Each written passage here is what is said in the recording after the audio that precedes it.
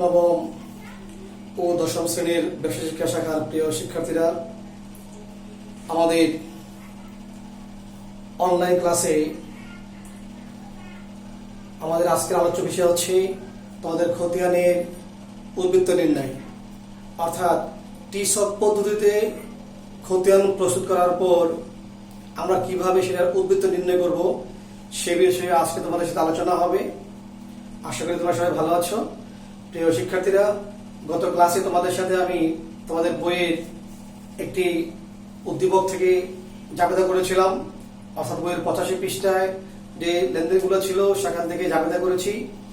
তো সেই জাবেদার আলোকে আজকে তোমাদের সাথে আমি একটি খতিয়ান প্রস্তুত করে টি-সকে সেটা কিভাবে উদ্বৃত্ত নির্ণয় করতে হয় সেই উদ্বৃত্ত নিয়ে আলোচনা করব।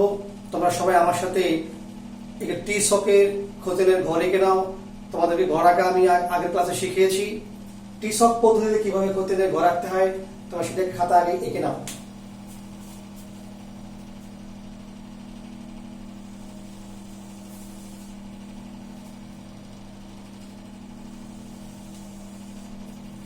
বলেছিলাম টি-সক পদ্ধতিতে এভাবে দাগ টেনে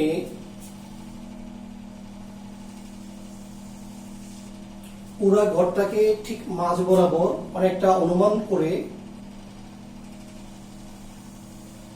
আমরা এটা ভাগ করে নেব। এই মাঝখানে ভাগ করলে এটা ইংরেজি টির মতো হয়ে যায়। তারপরে বলেছিলাম দুই পাশে চারটি চারটি করে ঘর হবে, প্রতি পাশে চারটি করে টাকার ঘর হবে। টাকার ঘর বলতে চারটি ঘর হবে, যেগুলোকে আমরা খতিয়ানের টি-সকের 8টি ঘর বলে থাকি। একটি হবে টাকার ঘর,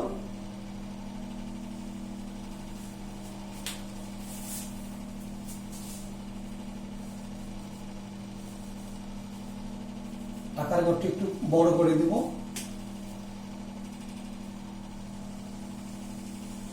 টাকা একটি বলেছিলাম জাবেদা পৃষ্ঠা বা রেফারেন্স নাম্বারের ঘর, একটি হবে আমাদের তারিখের ঘর। সেম ভাবে এই পাশে আমরা 4টি ঘর রাখবো। টাকা, জাবেদা পৃষ্ঠা, আবার এখানে এসে আমরা তারিখের ঘর দেব।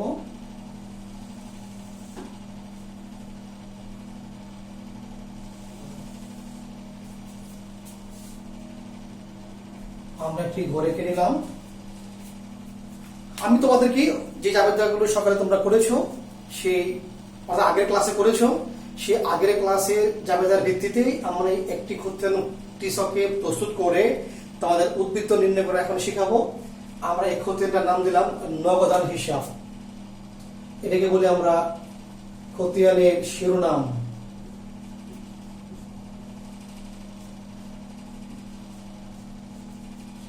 নগদান হিসাব।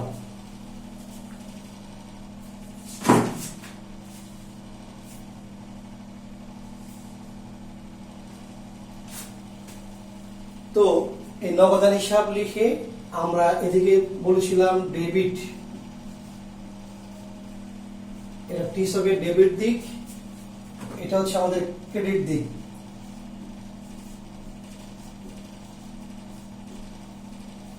আমরা এই ঘরের নাম লিখব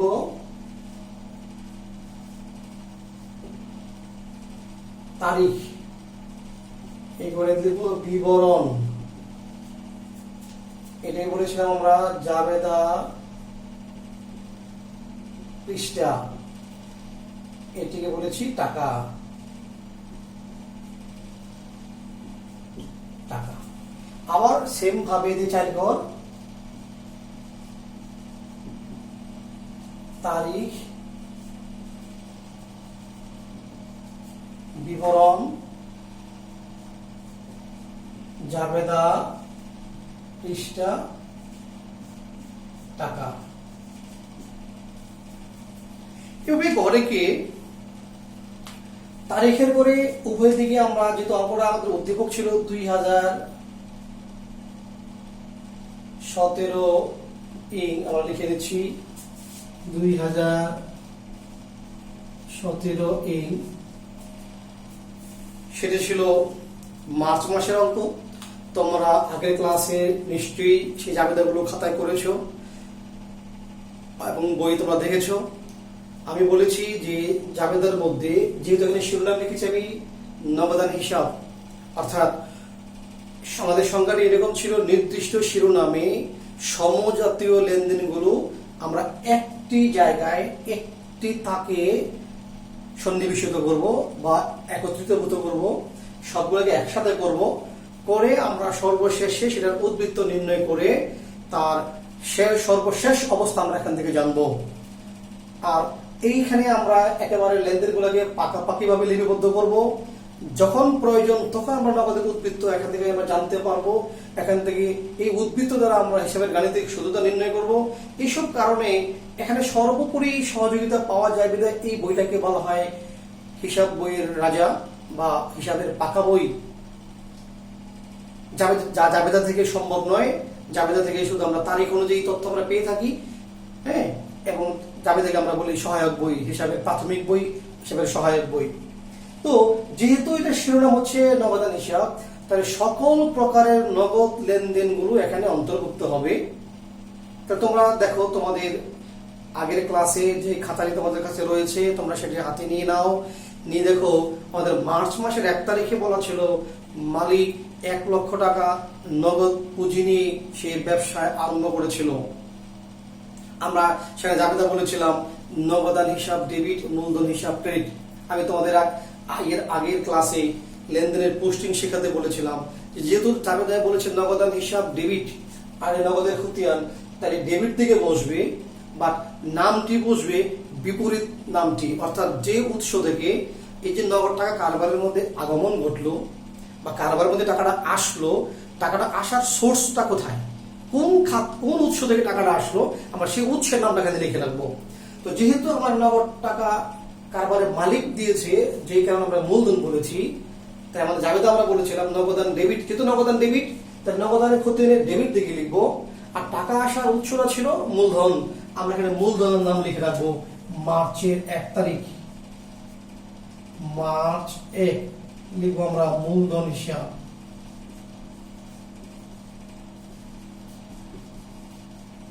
টাকা ছিল 1 লক্ষ টাকা। নিশ্চিত তোমরা লেনদেনটা কিভাবে লিপিবদ্ধ করবো সেটা খেয়াল করেছো এবং বুঝতে পেরেছো যে যেহেতু জাবেদার নগদান ডেবিট হয়েছে, নগদ টাকা বৃদ্ধি পেয়েছে, তাই আমরা নগদ সম্পদের ডেবিট দিকে লিখবো, বাট নামটি লিখবো বিপরীত নামটি, অর্থাৎ বিপরীত হিসাব খাতের নামটি আমরা লিখে রাখবো, অর্থাৎ টাকা প্রাপ্তির সোর্সটুকু আমরা লিখে রাখবো। সেম ভাবে টাকা চলে গেলে টাকা চলে যাওয়ার খাত লিখে রাখবো, কোন খাতে টাকাটা চলে গেল। তো তোমরা সেখানে তোমাদের জাবেদাগুলো তোমরা একটু ভালো করে দেখে নাও যে আমাদের কি কি লেনদেন সেখানে ছিল, সেই লেনদেনের আলোকে আমরা কাজ করব। আমাদের দ্বিতীয় লেনদেনটা ছিল আসবাবপত্র ক্রয়। আমি তো সেখানে তোমাদের জাবেদা লিখেছিলাম আসবাবপত্র হিসাব ডেবিট, নগদান হিসাব ক্রেডিট। আসবাবপত্র হিসাব ডেবিট, নগদান হিসাব ক্রেডিট। যেহেতু এখানে নগদ টাকা হ্রাস পেয়েছে, চলে গেছে, নগদান ক্রেডিট হয়েছে জাবেদায়, তাহলে খতিয়ানের ক্রেডিট দিকে লিখবো, বিপরীত নাম লিখবো আসবাবপত্র হিসাব। এবং মার্চ 2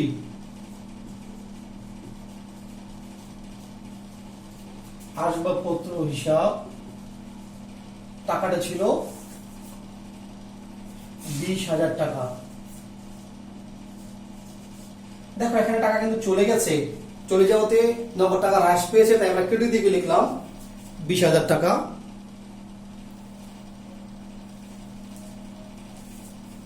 অর্থাৎ নগদ সম্পদ হ্রাস পেলে নগদানে ক্রেডিট দিকে হবে, বিপরীত খাতটি হবে, অর্থাৎ বিপরীত হিসাব খাতটি হবে, যে এই খাতে টাকাটা চলে গেল, আমরা নাম লিখব আসবাবপত্র হিসাব।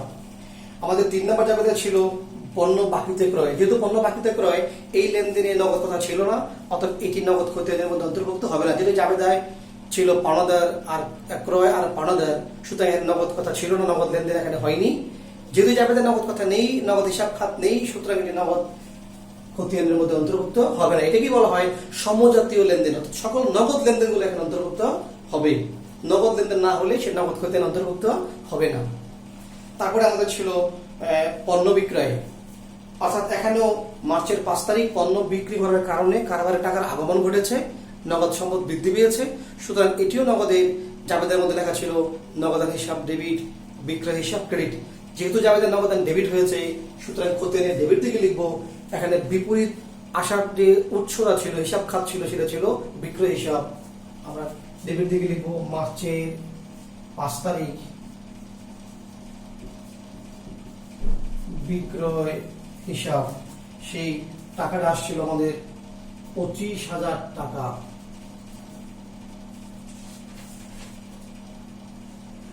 25,000 টাকা।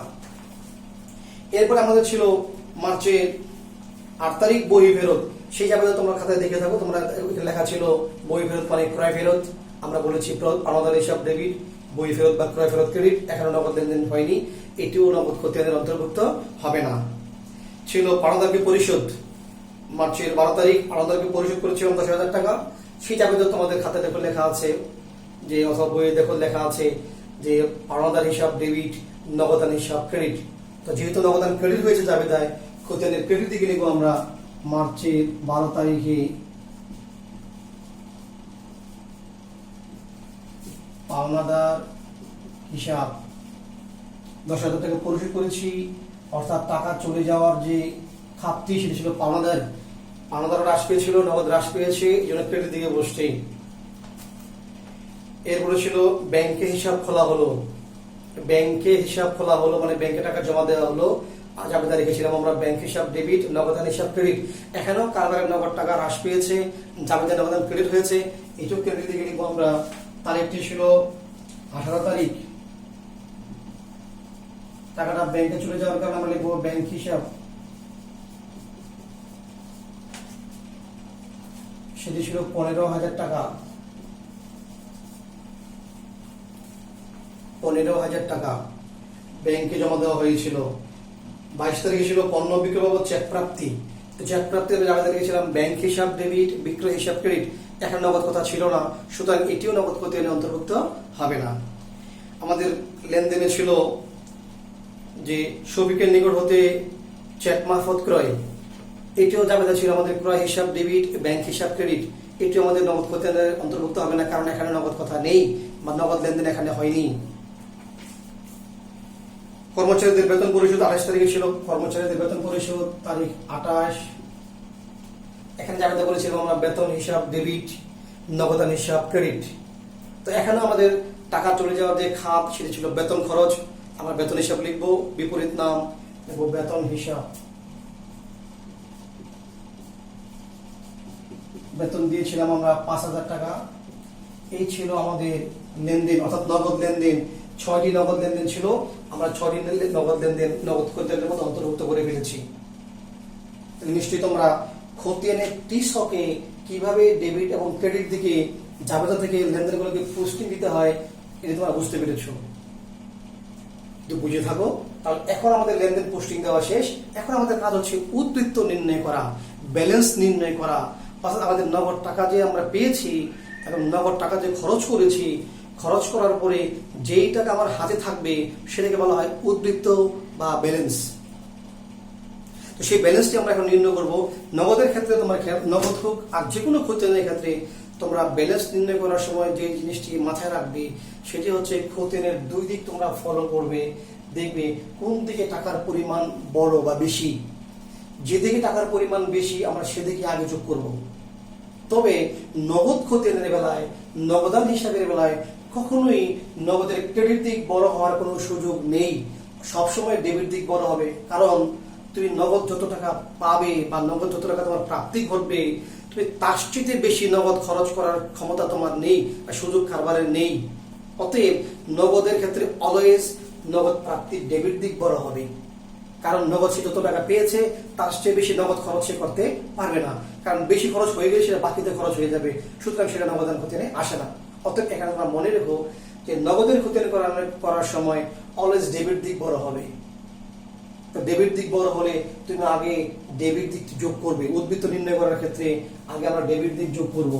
আমরা যদি ডেবিট দিক যোগ করি, যেহেতু এটি মার্চ মাস, আমরা এখানে মোটামুটি একটি বরাবর করে এখানে একটু ফাঁকা রাখবো, এই জন্য আমরা এখানে ব্যালেন্সটা লিখবো। যোগ করলাম 1,25,000 টাকা। এটা যোগ করে আমরা এখানে ক্লোজ করে দেব। এটাকে বলা হয় সমাপ্তি রেখা টানা, অর্থাৎ জেড টানা। হিসাব বন্ধ করে দেওয়া। এখানে হিসাবটা আমরা এই মাসের হিসাবটা বন্ধ করে দিলাম মার্চ মাসে।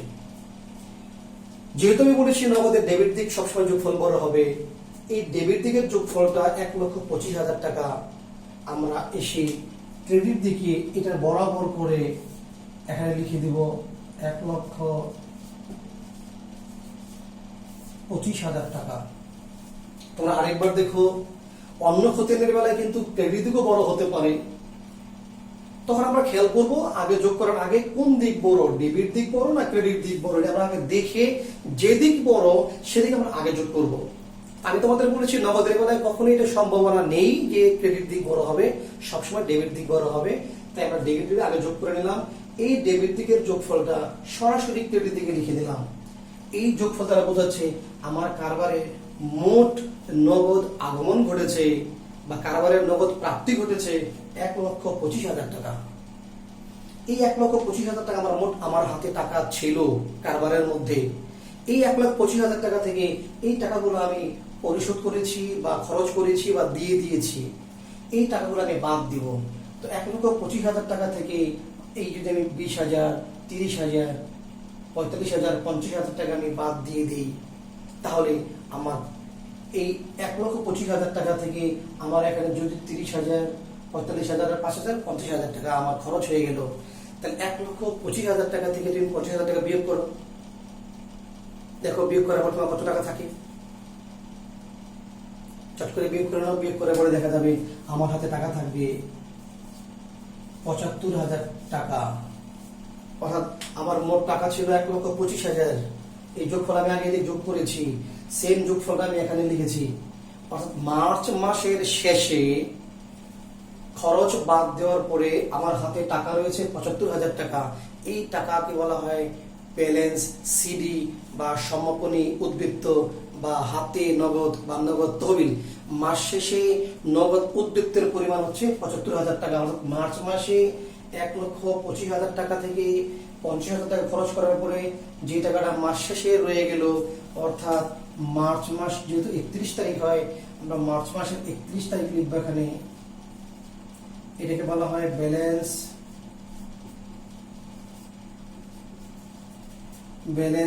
CD. Balance CD, CD abbreviation হচ্ছে ক্যারিড ডাউন। অর্থাৎ এই যে ব্যালেন্সটা আমার এখানে হলো, এই ব্যালেন্সটা আমরা আগে সামনে নিয়ে যাব বা আমরা পরবর্তী মাসের শুরুতে এটা নিয়ে যাব। এটা মানে ক্যারিড ডাউন বা মানে পরবর্তী উদ্বৃত্ত, মানে সামনে নিতে হলো। এই যে আমরা ব্যালেন্স সিডি বের করেছি, এই ব্যালেন্স সিডি দ্বারা বোঝায় সমাপনী উদ্বৃত্ত। তোমরা একটু বিষয়টা আরেকবার যোগফলটা দেখো।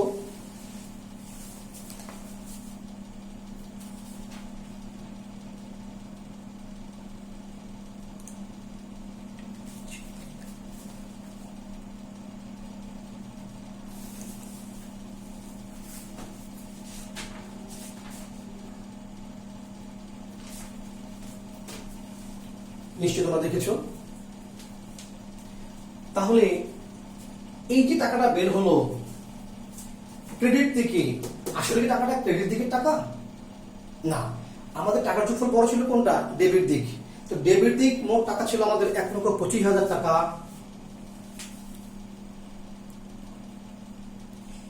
আমাদের 1,25,000 টাকা থেকে আমাদের ক্রেডিট দিক খরচ বাদ দেওয়ার পরে যে ব্যালেন্স সিডি ক্যারিড ডাউন অর্থাৎ নিচে নিত, অর্থাৎ আমরা পরবর্তী মাসের শুরুতে যখন আমরা কাজ শুরু করব, এই টাকাটা নিয়ে আমাদের কাজ শুরু হবে, তখন আমরা ওইখানে পরবর্তী মাসে আমরা লিখবো ব্যালেন্স বিডি। অর্থাৎ উপরে আনিত বা নিচে থেকে সামনে নিয়ে আসা হলো, বড় ডাউন বলা হয়ে থাকে এই অ্যাব্রিভিয়েশন।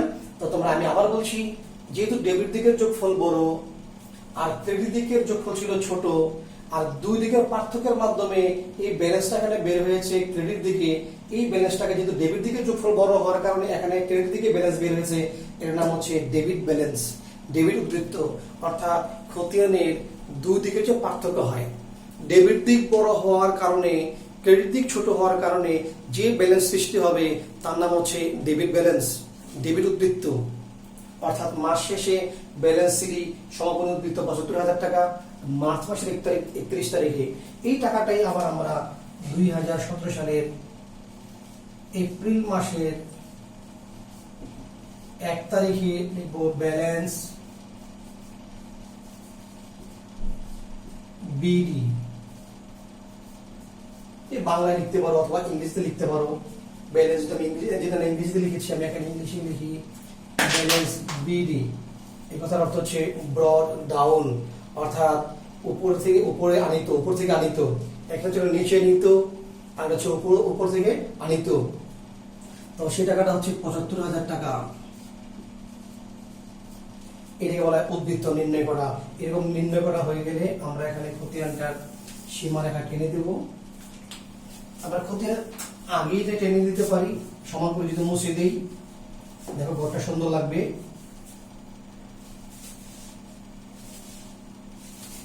অর্থাৎ আমরা আগেও একবারে এই সীমারেখা দিয়ে ঘরটা আঁকতে পারি, যদি আমাদের অনুমান নির্ভর হয় যে কতটুকু ঘর হতে পারে।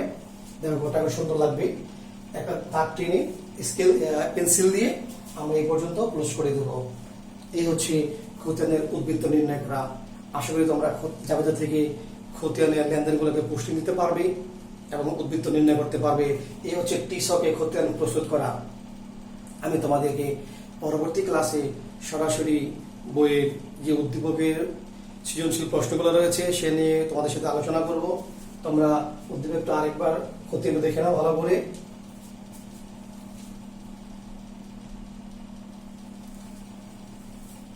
নিশ্চয়ই তোমরা উদ্বৃত্ত নির্ণয় করতে পারবে। আমি আবার বলছি, যেদিকে খতিয়ানের যোগফল বড় হবে সেদিকে আগে যোগ করবে, যোগ করে সেই যোগফলটা পরের দিকে লিখে খরচগুলা বিয়োগ করবে, তাহলে ব্যালেন্স বের হবে। এর নাম হবে ব্যালেন্স সিডি।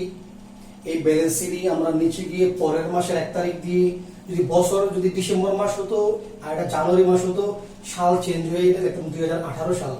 যেহেতু একই সাল তাই আমি সাল লিখলাম না, মার্চের পর এপ্রিল। আবার ডিসেম্বর হলে জানুয়ারি হলে আমি এখানে লিখে নিতাম 2018 জানুয়ারি 1 ব্যালেন্স বিডি।